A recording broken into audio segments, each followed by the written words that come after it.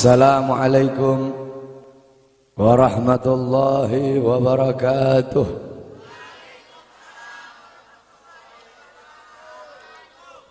Bismillahirrahmanirrahim. Alhamdulillahil qawiyyi sultanuh, al-wadihil burhanuh, al-mabsut fil wujud karamuhu wa ihsanuh. Allahumma salli ala nuril anwar wa sirril asrar wa tiryakil akhyar wa miftah babil yasar Sayyidina wa maulana Muhammadin al-Mukhtar wa alihi al-adhar wa ashabihi al-akhyar adada ni'amillahi wa ifdalih, amma ba'd.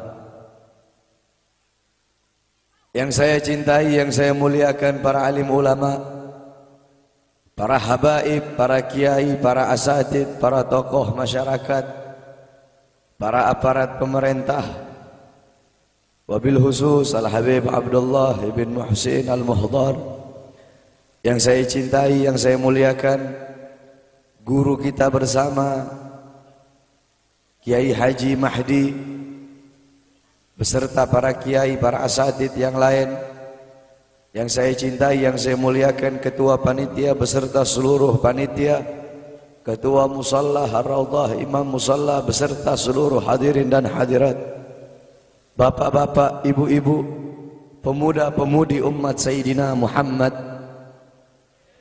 yang selalu dimuliakan oleh Allah Subhanahu wa ta'ala. Alhamdulillah, segala puji dan syukur kembali ke hadirat Allah Subhanahu wa ta'ala. Dialah Allah Subhanahu wa ta'ala, Tuhan seru sekalian alam. Dialah Allah, Raja yang menguasai segala kekuasaan. Dialah Allah Subhanahu wa ta'ala yang maha besar dari segala sesuatu yang besar. Yang besar selain Allah kecil. Dialah Allah Subhanahu wa ta'ala yang maha kaya dari segala sesuatu yang kaya. Yang kaya selain Allah miskin. Dialah Allah Subhanahu wa ta'ala, Raja di atas para raja. Yang raja selain Allah budak. Dialah Allah Subhanahu wa ta'ala yang maha perkasa, yang maha kuat. Yang perkasa selain Allah, yang kuat selain Allah lemah. Dialah Allah Subhanahu wa ta'ala yang maha hidup. Yang hidup selain Allah pasti akan mati. Yang ada selain Allah pasti akan tiada. Yang wujud selain Allah pasti akan binasa. Sedangkan hidupnya Allah, adanya Allah, wujudnya Allah selama-lamanya, kekal abadi, tidak akan pernah musnah dan tidak akan pernah binasa. Dialah Allah yang dimana kedekatan hamba dengannya tidak akan membuat hamba itu setara dengannya. Jauhnya hamba darinya tidak akan membuat dinding penghalang antara hamba dengannya. Dialah Allah yang dimana walaupun seluruh hamba-hamba dari awal zaman sampai akhir zaman semuanya berbuat baik, tidak akan menambahkan sedikit pun keagungan di sisi. Dan dialah Allah yang dimana walaupun seluruh hamba-hamba dari awal zaman sampai akhir zaman semuanya berbuat dosa, tidak akan mengurangi sedikit pun keagungan di sisinya. Dan dialah Allah yang dimana pada malam hari yang mulia ini, di tempat yang penuh dengan barokah ini, Allah Subhanahu wa ta'ala sedang memandang kita semua yang duduk di tempat ini. Allah pandang dengan pandangan rahmat, Allah pandang dengan pandangan kasih sayang, Allah pandang dengan pandangan maghfirah, Allah pandang dengan pandangan pengampunan. Kenapa saudara-saudara? Karena kita mendapatkan keberkahan dan kemuliaan dari baginda agung Nabi besar Muhammad sallallahu alaihi wasallam. Saudara-saudara, kita duduk di majelis yang mulia ini untuk memperingati Isra wal Mi'raj baginda Nabi besar Muhammad sallallahu alaihi wasallam. Kita duduk di sini, kita tidak pernah memandang langsung wajahnya Nabi. Kita tidak pernah berjumpa langsung dengan Nabi. Kita tidak pernah duduk bersama-sama dengan Nabi. Untuk apa kita duduk di sini kalau bukan karena iman dan cintanya kita kepada Nabi Muhammad? Padahal kita tidak pernah berjumpa dengan Nabi, bertemu dengan Nabi nggak pernah, duduk bersama Nabi nggak pernah. Tapi kita beriman kepada Nabi Muhammad. Kita cinta kepada Nabi Muhammad. Kita umat yang dirindukan oleh Nabi, umat yang dicintai oleh Nabi. Rasulullah ketika beliau sedang duduk bersama para sahabat, Rasulullah berkata, wahai para sahabat, tahukah kalian golongan-golongan yang soleh? Tahukah kalian golongan-golongan yang mulia? Sahabat berkata, apakah para malaikat ya Rasulullah? Rasul berkata, bagaimana mungkin malaikat tidak mulia sedangkan mereka berada di sisi Allah? Ada lagi yang mulia.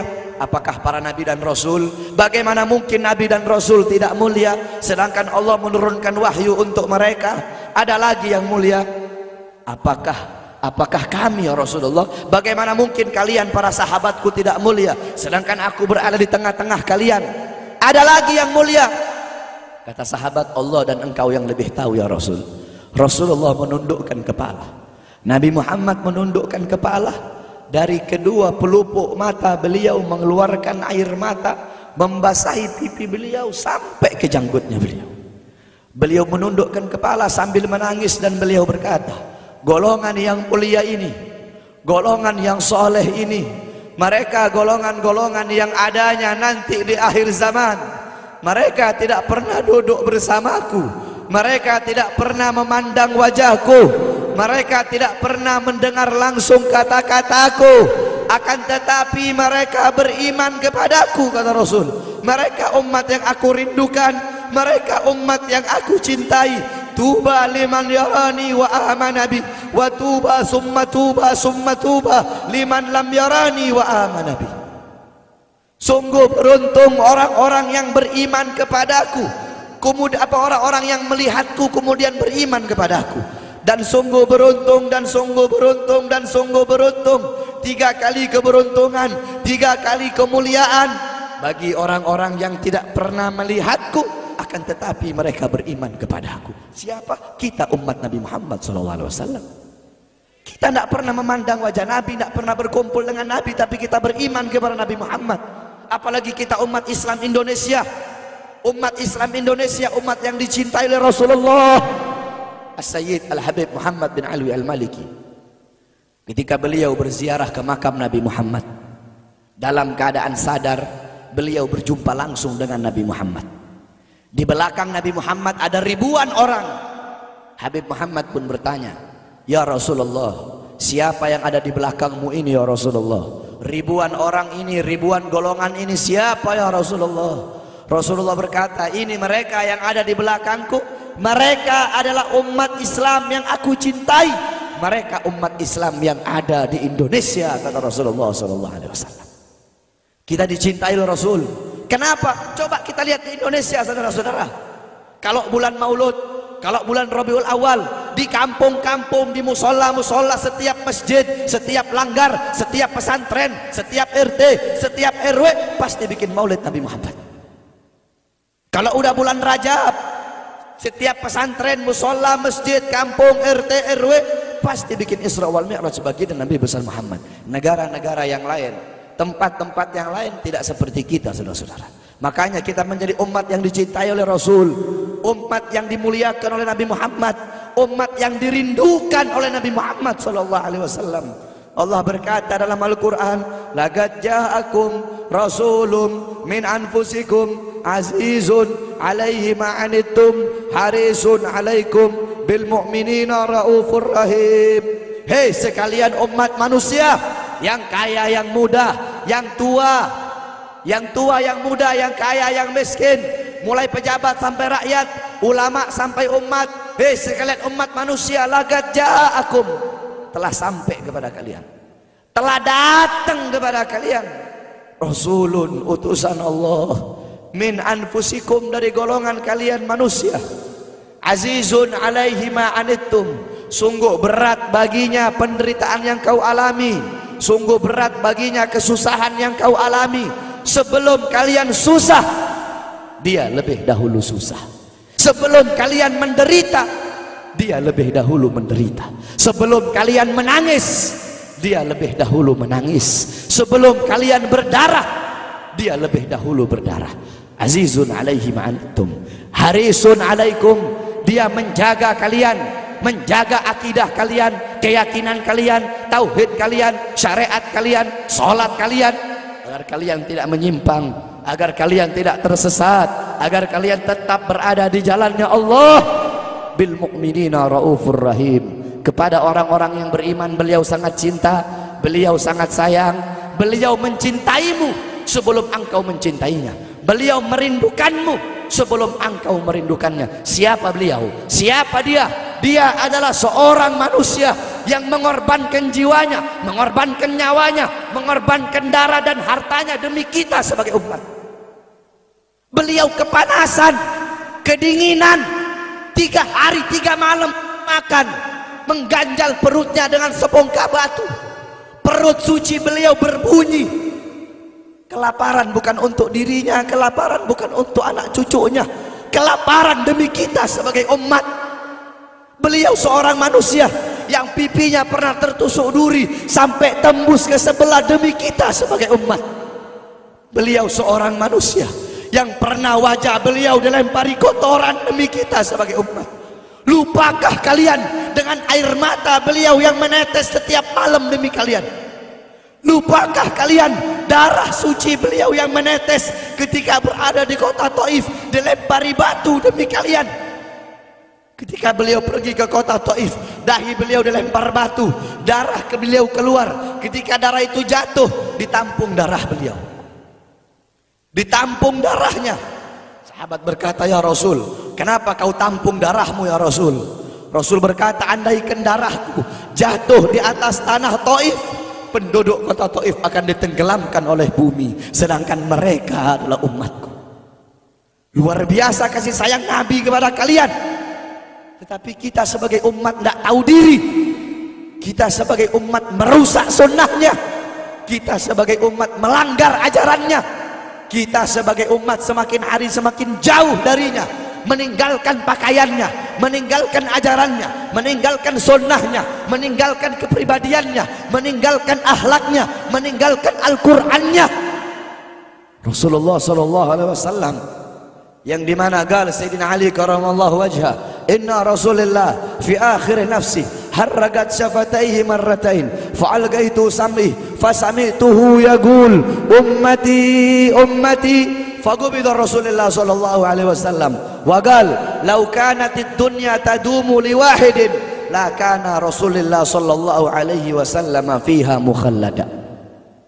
Dari Sayyidina Ali karamallahu wajha, ketika akhir-akhir detik-detik kematiannya Rasulullah, beliau mendengar, beliau melihat dari bibir Rasulullah bergerak dengan 2 kali gerakan. Beliau mendekatkan telinganya, mendekatkan pendengarannya, dan beliau mendengar Rasulullah berkata, ummati ummati, faqubida Rasul, meninggal Rasulullah sallallahu alaihi wasallam. Ketika nyawa Rasulullah akan dicabut, Rasulullah berkata kepada Jibril, wahai Jibril, aku belum puas meninggalkan umat, aku tidak mau meninggalkan mereka dalam keadaan belum diberi jaminan oleh Allah. Wahai Jibril, sampaikan kepada Allah, aku tidak minta jaminan untuk diriku, aku tidak minta jaminan untuk keluargaku, aku minta jaminan untuk umatku. Wahai Jibril, sampaikan kepada Allah. Jibril pun pergi kepada Allah. Jibril pun berkata, ya Allah, kekasihmu Muhammad meminta jaminan untuk umatnya. Allah bilang, wahai Jibril, katakan kepada Muhammad, aku tidak akan menghinakan umat Muhammad. Basyirhu fa innahu awwalu nasin kharijum minal ardi idza bu'isu. Kemudian beliau ditarik lagi nyawa beliau. Beliau berkata, ya Khalil Israel, wahai kekasihku Israel, apakah seperti ini rasa sakit ketika dicabut nyawa? Israel berkata, iya ya Rasulullah, seperti inilah rasa sakit ketika dicabut nyawa ya Rasulullah. Apakah rasa sakit seperti ini juga yang kelak, yang ya Allah, biar aku menanggung sakratul maut seluruh umat. Ya Allah, mereka tidak akan kuat, mereka tidak akan sanggup. Aku nabi mereka, aku pemimpin mereka, biar aku menanggung beban penderitaan sakratul maut mereka ya Allah. Biar aku menanggung sakratul maut umatku ya Allah. Di mana kita sebagai umat, apa yang telah kita lakukan untuk Nabi Muhammad? Nabi berkorban untuk kita di saat detik-detik terakhir nafasnya, tidak memikirkan rasa sakitnya, tidak memikirkan pedihnya, tidak memikirkan beratnya. Beliau memikirkan nasib kita sebagai umat. Kelak di yaumil qiyamah, ketika para nabi dan para rasul berkata, nafsi nafsi, nafsi nafsi, diriku sendiri, jiwaku sendiri, aku urus urusanku sendiri, aku tidak bisa nolong kalian. Ketika para nabi dan rasul mereka tidak bisa menolong kita, Rasulullah Muhammad ibni Abdullah, Nabi Muhammad bersujud kepada Allah, Nabi Muhammad bertekuk lutut, beliau bermohon kepada Allah, beliau berkata, ya Allah, aku tidak minta pengampunan untuk diriku, wala Fatimah, wala Hamzah, aku tidak minta pengampunan untuk Fatimah, aku tidak minta pengampunan untuk Hamzah, aku cuma minta pengampunan untuk umatku ya Allah, untuk umatku ya Allah. Rasulullah tidak meminta pengampunan untuk dirinya, tidak meminta pengampunan untuk anaknya, tidak meminta pengampunan untuk paman bibinya, tidak meminta pengampunan untuk keluarga atau anak cucunya, tetapi beliau meminta pengampunan untuk kalian sebagai umat. Karena begitu cintanya beliau kepada umat, karena begitu sayangnya beliau kepada umat, sampai-sampai beliau berkata, lau yushaku ahadukum bisyaukatin fi rijli la ajidu alamaha fi qalbi. Andaikan kalian, salah satu dari kalian kakinya tertusuk duri, andaikan salah satu dari kita yang duduk di sini kaki kita ada yang terkena duri, pasti kita merasakan sakit. Apa kata Rasul? Maka aku tidak merasakan apa yang kalian rasakan, kecuali yang aku rasakan sampai dalam hati aku rasakan rasa sakit kalian. Lihat bagaimana cintanya Rasul kepada kita. Apa yang sudah kita lakukan untuk Nabi? Sudahkah kita mengorbankan kedua mata kita untuk memandang hal-hal yang disukai oleh Nabi? Sudahkah mengorbankan kedua tangan kita memberi makan golongan-golongan yang dicintai oleh Nabi? Mengorbankan lidah kita untuk mendakwahkan, mensuarakan ajaran syiar Nabi? Sudahkah mengorbankan kedua kaki kita melangkah ke tempat-tempat yang diridhoi oleh Nabi? Kita masih belum bisa balas jasa Nabi, dan tidak akan pernah bisa membalas jasa Nabi Muhammad. Jangankan kita duduk di sini berjam-jam, walaupun kita duduk di sini sampai pagi kita duduk, seumur hidup kita duduk di sini, masih belum bisa membalas jasa Nabi Muhammad. Sekalipun kita merangkak, engkau merangkak dari rumahmu menuju makam Nabi, merangkak bukan dengan kaki, merangkak bukan dengan bukan dengan tangan. Walaupun kalian merangkak dengan kedua mata dari rumah kalian menuju makam Nabi, itu masih belum bisa membalas jasa-jasa Nabi Muhammad sallallahu alaihi wasallam. Kita tidak bisa membalas jasa-jasa Nabi Muhammad. Kecintaan kita tidak ada apa-apanya. Apakah kecintaan kita lebih besar daripada kecintaan seorang anak kecil yang ada di zamannya Syekh Abdurrahman Ad-Dibai? Di zaman Syekh Abdurrahman Ad-Dibai, pengarang Maulid Diba, ketika beliau ingin berziarah ke makamnya Rasul, ketika beliau ingin ziarah ke makamnya Nabi, ada satu orang anak kecil ingin ikut berziarah. Maka kata rombongan, hai anak kecil, engkau tidak boleh ikut. Ini perjalanan memakan waktu berhari-hari, bisa 4 hari, 5 hari, bahkan sampai 1 minggu. Kau tidak boleh ikut.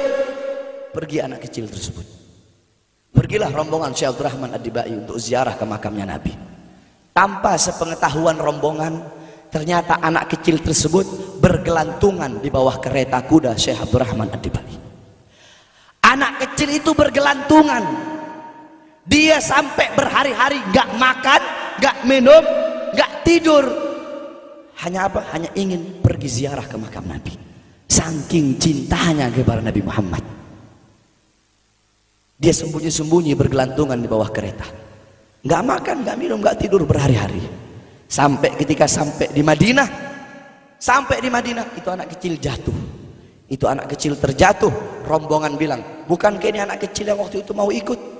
Berarti sudah berhari-hari dia di bawah kereta ini, dia nggak makan, dia nggak minum, dia nggak tidur. Anak kecil itu berlari. Anak kecil itu berlari sampai dia terjatuh. Saking bahagianya, dia sudah sampai di Madinah. Dia ambil debu-debu Madinah, pasir Madinah dia ambil, dia usapin ke mukanya. Saking bahagianya, sampai itu anak mati. Anak kecil tersebut mati membawa kecintaannya kepada Nabi Muhammad. Anak kecil itu mati, gak makan berhari-hari, gak tidur, gak minum, hanya ingin ziarah ke makam Nabi Muhammad. Padahal anak kecil itu tidak pernah memandang Nabi, tidak pernah berkumpul dengan Nabi, tapi kecintaannya luar biasa kepada Rasulullah. Akhirnya anak itu dimakamkan oleh Syekh Abdurrahman Ad-Dibai di Madinah. Anak kecil itu dimakamkan di Madinah. Nah, setiap tahun Syekh Abdurrahman Ad-Dibai ziarah ke makamnya Nabi, pasti ziarah ke makam itu anak kecil. Yang anehnya, setiap Syekh Abdurrahman Ad-Dibai ziarah makam anak kecil tersebut, kubur anak kecil tersebut bergeser dengan sendirinya mendekati makam Nabi Muhammad SAW. Sampai sekarang makam anak kecil itu ada di samping Masjid Nabawi. Saking cintanya anak kecil tersebut kepada Rasulullah SAW. Kecintaannya kita nggak ada apa-apanya. Kita tiap hari maksiat, tiap hari berbuat dosa, melakukan hal-hal mungkarat, dhalalat, sayyiat. Takutlah kita kepada Allah. Kembalilah ke ajaran Nabi Muhammad. Jadikan beliau sebagai teladanmu, jadikan beliau sebagai pedomanmu. Hidupkan rumah tanggamu dengan ajaran beliau. Hidupkan kampungmu dengan dengan ajaran dan sunnah beliau. Jadikan rumah tanggamu rumah tangga Sayyidina Muhammad, kampungmu kampung Sayyidina Muhammad, desamu desa Sayyidina Muhammad, kotamu kota Sayyidina Muhammad. Man tasyabbaha biqaumin fahuwa minhum. Barang siapa yang mengikuti suatu kaum, maka dia sama dengan kaum tersebut.